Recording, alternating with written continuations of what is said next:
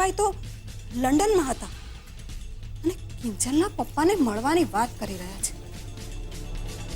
એનો અર્થ એ થયો કે ભારત આવી ગયા છે. પણ શું કામ હશે? છોકરીઓને જ ફોન કરું છું.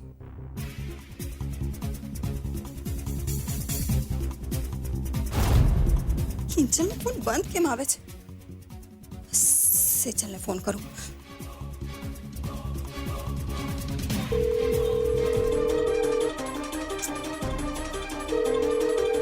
તો ઠીક છે.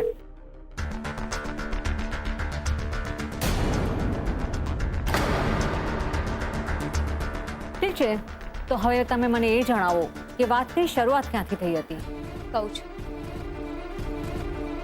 આખી વાતની શરૂઆત મારી અને સુશાંતની સગાઈથી થઈ હતી.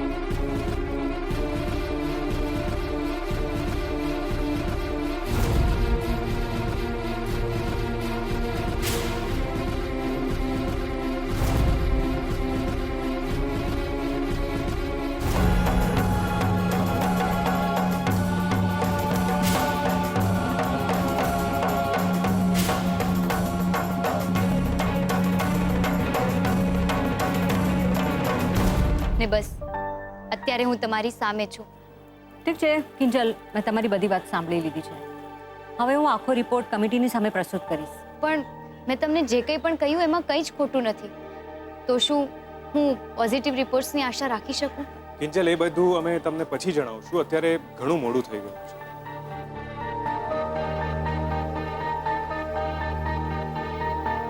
ચાલો.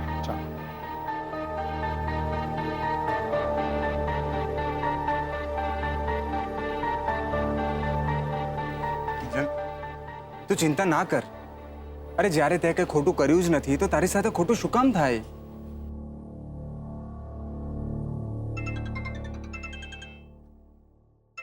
મમ્મી? હા મમ્મી, બોલ. શું બોલું? હું તને ક્યારની ફોન કરું છું. ફોન કેમ નથી ઉપાડતી? નથી તું ફોન ઉપાડતી, નથી કિંજલનો ફોન લાગી રહ્યો. મારે કંઈ પૂછવું કરવું હોય તો શું કરવાનું? હા હા મમ્મી, જરા શાંત તો થા પહેલા. જો અહીંયા સ્વાદિષ્ટ ટી કંપની વાળા લોકો આવ્યા હતા અને લોકો કિંજલની વાતો રેકોર્ડ કરી રહ્યા હતા. એટલા માટે કિંજલનો ફોન બંધ અને મારો ફોન સાયલેન્ટ પર હતો. બોલ, શું થયું છે? તમે ઘરે આવો ને એટલે કહું. અરે પણ થયું છે શું, એ તો કે. એકવાર કહ્યું ને કે તમે ઘરે આવો એટલે કહું. અને ઘરે હમણાં ને હમણાં આવવાનું છે. તમારી ફુરસતે નહીં, સમજી? હલો બાપરે, લાગે છે બહુ મોટી પ્રોબ્લેમ થઈ ગઈ છે. હમણાં ને હમણાં જ ઘરે બોલાવ્યા છે. ગણપતિ બાપ્પા, પ્લીઝ અમારા પર દયા રાખજો. અંકલ, આ ગાયત્રીનગરના પ્રોજેક્ટની બ્લુપ્રિન્ટ છે ને અહીંયા મેં ગીઝરથી લઈને પેસેજ લાઇટ માટે સોલર પેનલ નાખવાનું પ્રપોઝલ આપ્યું છે. અને અહીંયા વોટર હાર્વેસ્ટિંગની સાથે વેસ્ટમાંથી બાયોગેસ બનાવવાનો પ્લાન્ટનો પ્રપોઝલ પણ છે. અને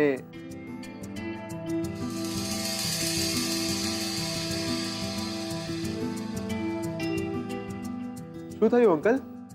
આમ કેમ જુઓ છો?